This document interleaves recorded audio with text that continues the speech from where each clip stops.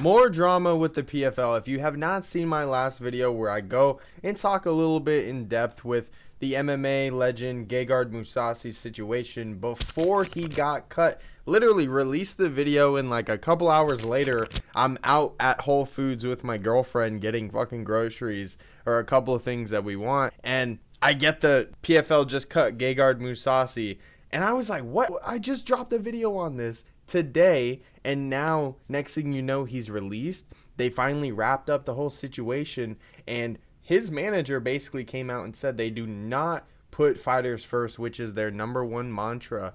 And he's very adamant on how poor the PFL had treated Gegard Mousasi at the end of his career here with the company in Bellator, and then go around and turn around and sign Douglas Lima to an extension, and he's going to be fighting in 2024 this fall. Like, after he legitimately said, and keep this in mind, he legitimately said on May 17th, 2024, got almost 60,000 views. Last guy I beat is fighting for the belt now. Solid win, Costello. Great job. I'm on the sidelines for a year now. What I heard was my purse was too high, and PFL didn't want to pay and honor my last fight on my contract. So yeah. And then at Bellator and PFL, and put those two emojis with the thumbs down.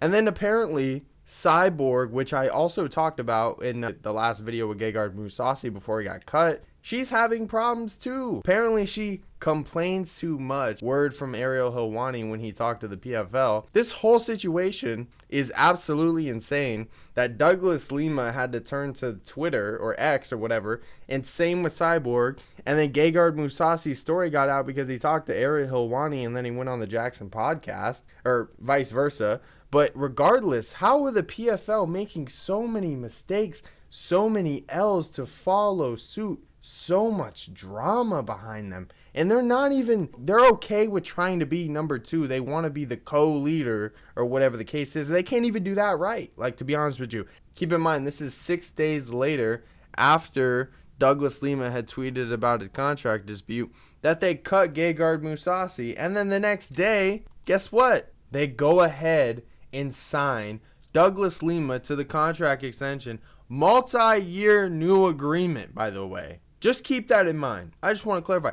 Had him sit out a year, said he cost too much, and then now he signed a multi-year agreement. And this is 11 days after he had tweeted out that he's been iced out of his contract and told he was paid too much. How much shit can come out about this organization and how horribly ran they actually are? It makes no sense to me. How can you have this opportunity, and at every turn you're like, well, you know, we say we're going to do, and we're going to do this, and we're for this, but we're going to actually do that. So it makes no sense. You know, you're not only confusing the fighters in your organization, the fans that try to watch you, but it seems like you don't even know in-house and on for yourself. Mike Kogan is the one making most of the fucking calls here and talking out. Don Davis is only talking out to talk shit about Kayla Harrison or any other fighter. It makes no sense. There's no clear #1 like there is with Dana, at least for a media head figure we get the information from.